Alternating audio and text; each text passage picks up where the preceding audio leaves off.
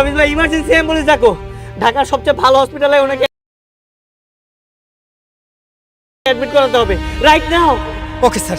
আমি আছি তো আঙ্কেল, আপনার জন্য আমি সর্বোচ্চ চেষ্টা করব, যত উন্নত চিকিৎসা আছে সেটা করার চেষ্টা করবো আঙ্কেল। Locker number 92।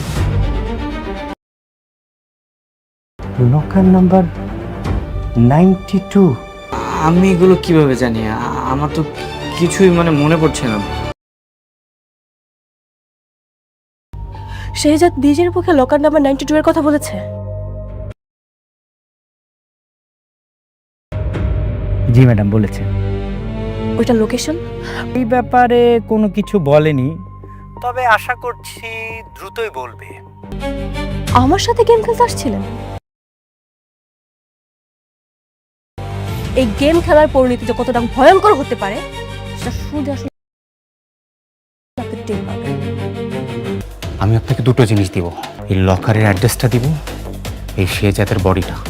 তাহলে আমি তোমাকে বাংলাদেশের আন্ডারওয়ার্ল্ডের কিং বানিয়ে দেবো। মা, মা তুমি পানি খাবে না মা? কেন? আসসালামু আলাইকুম বন্ধুরা, আশা করছি আল্লাহর অশেষ রহমতে আপনারা সবাই অনেক ভালো আছেন। আপনাদের সবার ভালোবাসার নাটক দুনিয়া টাকার গোলাম এর 13 নম্বর পর্বটি আপনারা কতটা পছন্দ করেছেন তা আপনাদের কমেন্ট দেখলেই বোঝা যাচ্ছে। বন্ধুরা, গত পর্বে আমরা দেখেছি গোলামের সাদাসিধা জীবনের আড়ালে লুকিয়ে থাকা রহস্যগুলি একে একে উন্মোচিত হচ্ছে। এদিকে শেহজাদ চৌধুরী হারিয়ে যাওয়া স্মৃতি এবং আন্তর্জাতিকভাবে মূল্যবান লকার নাম্বার 92 এর ওপর আন্ডারওয়ার্ল্ডের কুখ্যাত ডন দাউদ খানের শকুনি দৃষ্টি। অন্যদিকে বাড়ির ভেতরের শত্রু রিশাদের একের পর এক মারাত্মক চাল। 14 নম্বর পর্বের শুরুতেই আমরা দেখতে পাবো রিশাদের তৈরি করা বিষের ফাঁদ থেকে ফাতেমা এবং তার মা অলৌকিকভাবে বেঁচে যাওয়ার পর চৌধুরী বাড়ির পরিবেশ আরো থমথমে হয়ে উঠেছে। রিশাদ নিজের অপরাধ ঢাকতে গিয়ে নিজের মায়ের কাছে স্বীকার করে ফেলেছে যে সে আসলে ফাতেমাকেই দুনিয়া থেকে সরিয়ে দিতে চেয়েছিল, কিন্তু ভুলবশত সেই বিষ মিশ্রিত পানি তার মা খেয়ে ফেলে। নিজের সন্তানের এই ভয়ঙ্কর রূপ দেখে মা ভেতরে ভেতরে পুরোপুরি ভেঙে পড়েছেন। হাসপাতাল থেকে ছাড়া পেয়ে রিশাদের মা এবার গোপনে ফাতেমার মুখোমুখি হবেন। নিজের ছেলের অপরাধবোধ দগ্ধ মা ফাতেমার হাত ধরে কাঁদবেন এবং সতর্ক করে দেবেন যে রিশাদ টাকার লোভে অন্ধ হয়ে গেছে, সে যে কোনো সময় ফাতেমা ও গোলামের বড় ক্ষতি করতে পারে। এমনকি রিশাদ যে আন্তর্জাতিক মাফিয়া দাউদ খানের সাথে হাত মিলিয়েছে সেই সত্যটাও মায়ের মাধ্যমে ফাতেমা জানতে পারবে। রিশাদ যখন দেখবে ঘরের ভেতরের চাল সে ব্যর্থ হয়েছে, তখন সে বাইরের শক্তি অর্থাৎ দাউদ খানকে আরো বেশি করে ব্যবহার করতে চাইবে। দাউদ খানের মূল লক্ষ্য হলো লকার নম্বর 92 এর চাবি এবং এর ভেতরে থাকা বিলিয়ন ডলারের মূল্যের সেই বিরল উপাদান, যা দীর্ঘ 12 বছর ধরে আমেরিকার একটি সুরক্ষিত ভল্টে জমা রয়েছে। দাউদ খান খুব ভালোভাবেই জানে যে শেহজাদ চৌধুরীর যদি পুরোপুরি স্মৃতি ফিরে যায় তবে লকার পাওয়া অসম্ভব। তাই আগামী পর্বে দাউদ খানের নির্দেশে তার ভাড়াটে গুন্ডারা গোলামের উপর নজরদারি আরো বাড়িয়ে দেবে। কিন্তু দাউদ খানের এই তৎপরতা টের পেয়ে যাবে সাবিজ, যে সাবিজ নিজেকে পুলিশ সাজিয়ে গোলামের কাছাকাছি এসেছিল। সে আসলে পর্দার আড়াল থেকে ফাতেমা ও গোলামকে রক্ষা করার চেষ্টা করছে। সাবিজ গোপনে তার দলবল নিয়ে গোলামকে ছায়ার মতো অনুসরণ করবে, যাতে দাউদ খানের লোকেরা কোনো ক্ষতি করতে না পারে। সাবিজ ফাতেমাকে নিরাপদ স্থানে সরে যাওয়ার পরামর্শ দিলেও সাহসী ফাতেমা সাফ জানিয়ে দেবে যে সে পালিয়ে না গিয়ে চৌধুরী বাড়িতে থেকেই রিশাদকে প্রতিটি চালের জবাব দেবে। আকর্ষণীয় দিক হলো গোলাম ও ফাতেমার সম্পর্কের রসায়ন। ফাতেমা এখন গোলামকে মনে প্রাণে স্বামী হিসেবে মেনে নিতে শুরু করেছে। আগামী পর্বে আমরা দেখতে পাবো ফাতেমার সেই বহুল প্রতীক্ষিত পরিকল্পনা, গোলামকে নিয়ে গাড়িতে চড়ে ডেটিংয়ে যাওয়া। শহরের কোলাহল ছেড়ে নিরিবিলি এক রেস্তোরাঁয় তারা সুন্দর কিছু মুহূর্ত কাটাবে। গোলাম তার চেনা সাদাসিধে ও কৌতুকপূর্ণ স্বভাব দিয়ে ফাতেমাকে হাসাবে, কিন্তু এই আনন্দের আড়ালেই ওত পেতে থাকবে এক চরম বিপদ। দাউদ খানের গুন্ডারা ওই সুযোগেরই অপেক্ষায় ছিল। রেস্তোরাঁ থেকে ফেরার পথে গুন্ডারা যখন ফাতেমা ও গোলামকে চারিদিক থেকে ঘিরে ফেলবে, তখন ঘটবে নাটকের সবচেয়ে বড় ধামাক্কা। ফাতেমার চরম বিপদে পড়তে দেখে গোলামের অবচেতন মনে লুকিয়ে থাকা শেহজাদ চৌধুরী আচমকাই জেগে উঠবে। যে গোলামকে সবাই বোকা ভাবত, সে একাই তার পুরো ফাইটিং স্কিল দিয়ে দাউদ খানের গুন্ডাদের ধুলো খাইয়ে দেবে। গোলামের এই রুদ্ররূপ দেখে ফাতেমা যেমন চমকে যাবে, তেমনি দূর থেকে লক্ষ্য করা সাপিজও নিশ্চিত হয়ে যাবে যে শেহজাদ চৌধুরীর স্মৃতিশক্তি ফিরে আসা এখন শুধু সময়ের ব্যাপার। গুন্ডাদের এই ব্যর্থতা দেখে রিশাদ আরও মরিয়া হয়ে উঠবে। অন্যদিকে গাড়ি চালানোর সময় বা ঘোরার সময় গোলামের কিছু অদ্ভুত আচরণ, যেমন হঠাৎ কোনো চেনা জায়গার দিকে তাকিয়ে স্তব্ধ হয়ে যাওয়া বা মাথা চেপে ধরে যন্ত্রণায় ছটফট করা, ফাতেমাকে শতভাগ নিশ্চিত করবে যে এই গোলামি তার হারিয়ে যাওয়া স্বামী শেহজাদ। ফাতেমা এবার শেহজাদের স্মৃতি পুরোপুরি ফিরিয়ে আনতে তাকে অতীতের কিছু চেনা জায়গায় নিয়ে যাওয়ার পরিকল্পনা করবে। একই সাথে লকার নাম্বার 92 রহস্য উদ্ঘাটনের জন্য দাউদ খান নিজেই এবার বাংলাদেশে আসার সিদ্ধান্ত নেবে। আর পর্বের একদম শেষ দৃশ্যে দেখা যেতে পারে অবচেতন মনেই গোলাম লকার নাম্বার 92 এর চাবিটি ঠিক কোথায় লুকিয়ে রাখা আছে তার একটি বড় ইঙ্গিত ফাতেমা বা সাপিদের সামনে প্রকাশ করে ফেলবে। বন্ধুরা, শেহজাদ কি পারবে তার স্মৃতি পুরোপুরি উদ্ধার করে ফাতেমাকে রক্ষা করতে? রিশাদের শেষ পরিণতি কি হবে? আপনাদের কি মনে হয়? কমেন্ট বক্সে অবশ্যই আপনাদের মূল্যবান মতামত জানান। ভিডিওটি ভালো লাগলে ভিডিওটিতে লাইক দিন আর চ্যানেলটি সাবস্ক্রাইব করে নিতে ভুলবেন না। দেখা হচ্ছে পরবর্তী কোনো ভিডিওতে। ততক্ষণ সবাই ভালো থাকবেন, সুস্থ থাকবেন। আল্লাহ হাফেজ।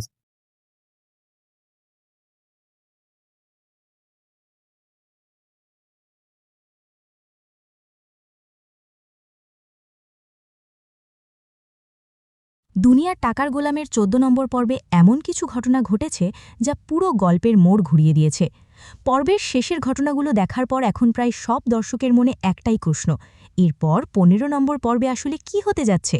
আর আজকের ভিডিওতে আমি শুধু ১৪ নম্বর পর্বের গুরুত্বপূর্ণ ঘটনাগুলোই রিভিউ করব না, সেই সঙ্গে জানিয়ে দেব ১৫ নম্বর পর্ব কবে আসতে পারে, কত তারিখে আসার সম্ভাবনা রয়েছে এবং কোন সময় প্রকাশ হতে পারে। তবে তার আগে চলুন দেখে নেওয়া যাক ১৪ নম্বর পর্বের সেই গুরুত্বপূর্ণ মুহূর্তগুলো যেগুলো না বুঝলে পরের পর্বের গল্প বোঝা কঠিন হতে পারে। ভিডিওর শেষ পর্যন্ত অবশ্যই সঙ্গে থাকবেন, কারণ শেষের দিকে থাকছে ১৫ নম্বর পর্ব নিয়ে সবচেয়ে গুরুত্বপূর্ণ আপডেট। পাশাপাশি আলোচনা করব পরের পর্বে কি কি ঘটতে পারে এবং দর্শকদের সবচেয়ে বড় প্রশ্নগুলোর উত্তর খোঁজার চেষ্টা করব। তাই ভিডিওটি কোথাও স্কিপ না করে শুরু থেকে শেষ পর্যন্ত দেখুন, কারণ প্রতিটি ঘটনাই পরের পর্বের সঙ্গে সরাসরি সম্পর্কিত। চলুন শুরু করা যাক দুনিয়া টাকার গোলামের ১৪ নম্বর পর্বের সম্পূর্ণ রিভিউ।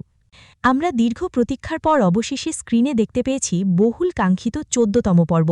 আর এই ১৪তম পর্বে এসে পরিচালক গল্পের মোড় এমন এক ভয়ঙ্কর ও রোমহর্ষক সাইকোলজিক্যাল জায়গায় এনে দাঁড় করিয়েছেন যা প্রতিটি দর্শকের গায়ের লোম জাস্ট খাড়া করে দিয়েছে।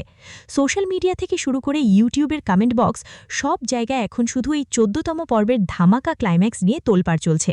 আমরা গত ১৩তম পর্বের একেবারে শেষ দৃশ্যে দেখেছিলাম শাহজাদের অত্যন্ত বিশ্বস্ত পিএস হাফিজ কিভাবে পুলিশের ছদ্মবেশ ধারণ করে কোনো প্রকার ওয়ারেন্ট ছাড়া মাঝ রাস্তা থেকে গোলামকে ফিল্মি স্টাইলে তুলে নিয়ে গিয়েছিল। আর এই ১৪ নম্বর পর্বে এসে পরিচালক সেই গোপন ও বিলাসবহুল বাংলোর ভেতরের দৃশ্য ফুটিয়ে তুলেছেন, যেখানে গোলামের অতীতে ঘটে যাওয়া সমস্ত নির্মম ট্র্যাজেডি, ফাতেমার পুরনো অহংকার এবং ভিলেন দাউদ খানের সেই ভয়ঙ্কর ও পরিকল্পিত রোড অ্যাক্সিডেন্টের চক্রান্তের শেষ অংশগুলো যেভাবে একের পর এক রিভিল করা হয়েছে তা এক কথায় অসাধারণ। হাফিজ এখানে যেন শুধু একজন পিএস নয়, বরং সেই শাহজাদের হারিয়ে যাওয়া অতীতকে ফিরিয়ে আনার জন্য একজন দক্ষ সাইকোলজিস্টের মতো কাজ করছে। সে গোলামের চোখের দিকে তাকিয়ে অত্যন্ত ভারাক্রান্ত কণ্ঠে মনে করিয়ে দেয় কিভাবে আজ থেকে ২ বছর আগে ফাতেমা ম্যাডাম বিয়ের আসরে বাবলুর আসল পরিচয়, অর্থাৎ সে যে দেশের অন্যতম শীর্ষ কোটিপতি বিজনেসম্যান শাহজাদ চৌধুরী, তা জানতে পেরে একগুয়েমি আর মিথ্যে অহংকার করে পুরো বিয়েটা ভেঙে দিয়েছিল। শাহজাদ চৌধুরী তখন ফাতেমার হাত ধরে চোখের জল ফেলে কতটা আকুল হয়ে বোঝানোর চেষ্টা করেছিল যে সে কোনো খারাপ উদ্দেশ্যে নিজের রাজকীয় পরিচয় লুকিয়ে একজন সাধারণ গরিব চাওয়ালা বাবলুর ছদ্মবেশ নেয়নি। ফাতেমা যেহেতু বড়লোক ছেলেদের প্রচণ্ড ঘৃণা করত আর অহংকারী ভাবত, তাই তার সত্যিকারে ও পবিত্র ভালোবাসাটা পাওয়ার জন্যই শাহজাদ নিজের পরিচয় আড়ালে রেখেছিল। কিন্তু অহংকারী ও জেদি ফাতেমা সেদিন শাহজাদের পবিত্র ভালোবাসার গভীরতা বিন্দুমাত্র বোঝার চেষ্টা করেনি, উল্টে তাকে প্রতারক আর ধোঁকাবাজ তকমা দিয়ে সবার সামনে তীব্রভাবে অপমান করে বিয়ের আসর থেকে তাড়িয়ে দেয়। হাফিজ তখন গোলামের দিকে এগিয়ে যায়, তার কাঁপতে থাকা হাত দুটো নিজের হাতের মুঠোয় নেয় এবং চোখের জল ফেলে বলে, স্যার, ফাতেমা ম্যাডাম সেদিন আপনাকে তাড়িয়ে দেওয়ার পর আপনি প্রচণ্ড মানসিক কষ্ট আর তীব্র ডিপ্রেশন নিয়ে নিজের গাড়ি চালিয়ে একাই ফিরে আসছিলেন। আর ঠিক তখনই আমাদের চিরশত্রু ভিলেন দাউদ খান আপনার এই মানসিক দুর্বলতার সুযোগ নেয়। সে মাঝ রাস্তায় আপনার গাড়ির ওপর এক ভয়ঙ্কর ও পরিকল্পিত ট্রাক অ্যাক্সিডেন্ট করায়। সেই মারাত্মক অ্যাক্সিডেন্টের আঘাতেই আপনার ব্রেনে গভীর গভীর ক্ষত তৈরি হয়, যার ফলে আপনি আপনার অতীতের সমস্ত স্মৃতিশক্তি পুরোপুরি হারিয়ে ফেলেন এবং কোটিপতি শাহজাদ চৌধুরী থেকে আজকের এই সাধারণ ও সরল কাজের ছেলে গোলামে পরিণত হন। হাফিজের মুখে নিজের জীবনের এই চরম নিষ্ঠুর সত্যগুলো শুনতে শুনতে গোলামের মাথার ভেতর এক তীব্র যন্ত্রণার সৃষ্টি হয়। তার মস্তিষ্কে এক অন্যরকম আলোড়ন তৈরি হয়। অতীতে ঘটে যাওয়া সেই অ্যাক্সিডেন্টের ভাঙা ভাঙা ঝাপসা দৃশ্যগুলো, রাতের অন্ধকারে লরির হেডলাইটের তীব্র আলো, ব্রেক কষার ভয়ঙ্কর শব্দ আর নিজের কপালের ওপর দিয়ে বেয়ে পড়া গরম রক্তের দাগ তার চোখের সামনে সিনেমার মতো ফ্ল্যাশ করতে থাকে। সে তীব্র যন্ত্রণায় নিজের 2 হাত দিয়ে মাথা চেপে ধরে মেঝের ওপর বসে পড়ে এবং এক অবুঝ বাচ্চার মতো চিৎকার করে কাঁদতে শুরু করে। এই দৃশ্যটি বিশ্লেষণ করলে যে চরিত্রের সাইকোলজি ফুটে ওঠে তা সত্যিই অনবদ্য। যেখানে একজন কোটিপতি মানুষ নিজের অজান্তেই অন্যের বাড়িতে গোলাম সেজে থাকার কষ্ট এবং অতীতের ভয়ঙ্কর ট্র্যাজেডি একসাথে অনুভব করছিল। অন্যদিকে ঋতুর বাড়িতে তখন যেন এক হুলুস্থুল কাণ্ড পড়ে গেছে। গোলামকে পুলিশ অন্যায়ভাবে রাস্তা থেকে তুলে নিয়ে যাওয়ার পর থেকে ঋতু নিজের ঘর বন্ধ করে পাগলের মতো কান্নাকাটি করছে এবং ঘরের জিনিসপত্র ভাঙচুর করছে। সে তার বাবা এবং বড় ভাইকে বারবার চাপ দিতে থাকে গোলামকে যে কোনো উপায় থানা থেকে ছাড়িয়ে আনার জন্য। ঋতু চেঁচিয়ে বলে গোলাম কোনো অপরাধ করেনি, সে শুধু নিশিতা আপুকে বখাটেদের হাত থেকে বাঁচিয়েছে।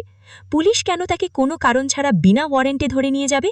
কিন্তু ঋতুর অহংকারী বড় ভাই, যে গত পর্বে ফাতেমা ম্যাডাম এবং হাফিজের আসল ব্যাকগ্রাউন্ড, তাদের আন্ডারগ্রাউন্ড পাওয়ার আর পিস্তলের নলের গরম অলরেডি নিজের চোখে দেখে এসেছে, সে মনে মনে প্রচণ্ড আতঙ্কের মধ্যে দিন কাটাচ্ছে। সে খুব ভালো করে জানে যে গোলামের পেছনে এমন কিছু ভয়ঙ্কর আন্ডারগ্রাউন্ড শক্তি বা মাফিয়া নেটওয়ার্ক রয়েছে যাদের সাথে সামান্য পাঙ্গা নিতে গেলেও তাদের পুরো ফ্যামিলি 1 সেকেন্ডে ধ্বংস হয়ে যেতে পারে। সে ঋতুকে শান্ত করার আপ্রাণ চেষ্টা করে, কিন্তু নিজের ভেতরের সেই চরম ভয় আর কাঁপনটা কোনোভাবেই লুকাতে পারে না। গল্পের পরবর্তী অংশে আমরা দেখতে পাই ফাতেমা ম্যাডামের এক বিশাল মানসিক পরিবর্তন এবং নতুন অ্যাকশন রূপ। ফাতেমা যখন হাফিজের পাঠানো গোপন বার্তার মাধ্যমে জানতে পারে যে হাফিজ কোনো আসল পুলিশ নয়, বরং টেকনিক্যালি গোলামকে বাইরের শত্রু অর্থাৎ দাউদ খানের খুনিদের হাত থেকে আড়ালে নেওয়ার জন্য এই কিডন্যাপের নাটকটি করেছে, তখন সে কিছুটা স্বস্তি পেলেও ফাতেমা এখন নিজের অতীতের সেই ভুলের জন্য তীব্র অনুশোচনার আগুনে পুড়ছে। তার ভেতরের অহংকারী ধনী মেয়ের খোলসটা এখন পুরোপুরি ভেঙে চুরমার হয়ে গেছে। সে তার শাশুড়ি অর্থাৎ শাহজাদের মায়ের সামনে আর নিজের আবেগ ধরে রাখতে পারে না। সে শাশুড়ির পায়ে জড়িয়ে ধরে অঝরে কেঁদে বলে, মা, সেদিন যদি আমি আমার মিথ্যে অহংকার আর জেদ ধরে না রাখতাম, শাহজাদের পবিত্র ভালোবাসাটা বুঝতাম, তাহলে আজ আমার স্বামীর এই করুণ দশা হতো না। দাউদ খান কখনো ওনার ক্ষতি করার সুযোগই পেত না। শাহজাদের মা তখন নিজের চোখের জল মুছে ফাতেমাকে জড়িয়ে ধরে সান্ত্বনা দিয়ে বলেন, এখন আর কেঁদে লাভ নেই বৌমা, যা অতীত তা ভুলে যাও। এখন আমাদের একমাত্র লক্ষ্য হল শাহজাদকে সম্পূর্ণ সুস্থ করা এবং দাউদ খানের সেই অবৈধ সাম্রাজ্য ধুলোয় মিশিয়ে দেওয়া।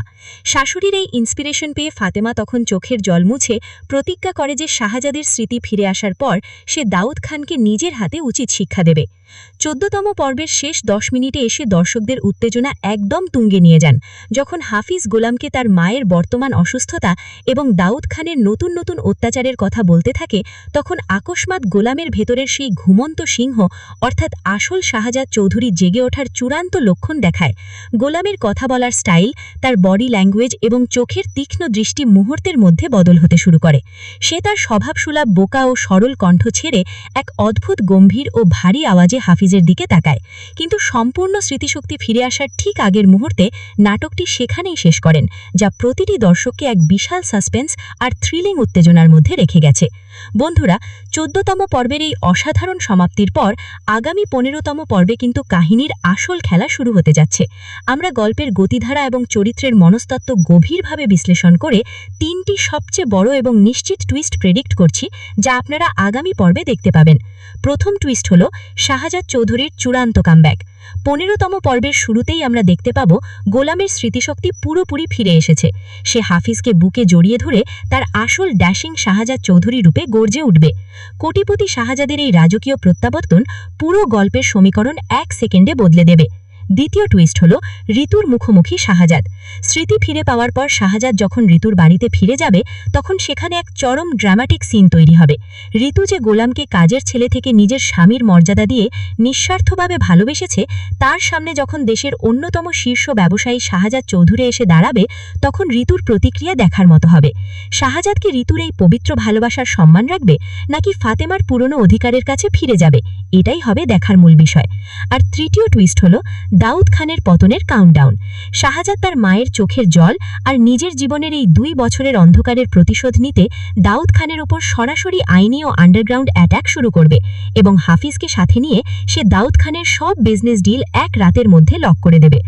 আপনারা যারা এই নাটকের নিয়মিত ভক্ত তারা ইতিমধ্যেই অধীর আগ্রহে জানতে চেয়েছেন যে দুনিয়া টাকার গোলাম 15 আমরা কবে দেখতে পাবো। আপনাদের জানিয়ে রাখি, বর্তমান সময় এবং চ্যানেলের ট্র্যাক রেকর্ড বিশ্লেষণ করলে দেখা যায় যে প্র্যাঙ্ক কিং এন্টারটেইনমেন্ট তাদের এই মেগা পপুলার সিরিজের পর্বগুলো রিলিজ করতে খুব বেশি সময় নিচ্ছে না। যেহেতু 14তম পর্বটি ইতিমধ্যেই অফিসিয়ালি রিলিজ হয়ে গেছে, তাই তাদের নিয়মিত আপলোড প্যাটার্ন অনুযায়ী আগামী 4 থেকে 5 দিনের মধ্যে অর্থাৎ আগামী 13ই জুলাই থেকে 15ই জুলাই 2026-এর মধ্যে আপনারা ইউটিউবে এর ধামাকা 15তম পর্বটি দেখতে পেয়ে যাবেন। প্রোডাকশন হাউস অলরেডি এর শুটিং ও এডিটিং গুছিয়ে এনেছে, তাই আপনাদের খুব বেশি অপেক্ষা করতে হবে না। তো বন্ধুরা, আপনাদের কি মনে হয়, স্মৃতি ফিরে পাওয়ার পর শাহজাদ চৌধুরী কি ঋতুর নিঃস্বার্থ ভালোবাসার ঋণ শোধ করতে তার পাশেই থেকে যাবে নাকি ফাতেমার অনুশোচনা দেখে তার পুরনো অধিকারের কাছে ফিরে যাবে? আপনার মূল্যবান মতামত অবশ্যই নিচে কমেন্ট করে জানান। ভিডিওটি ভালো লাগলে একটি লাইক দিন এবং দুনিয়া টাকার গোলাম নাটকের পরবর্তী সব আপডেট সবার আগে পেতে চ্যানেলটি সাবস্ক্রাইব করে পাশে থাকা বেল আইকনটি প্রেস করে রাখুন। দেখা হচ্ছে পরবর্তী ভিডিওতে। ধন্যবাদ।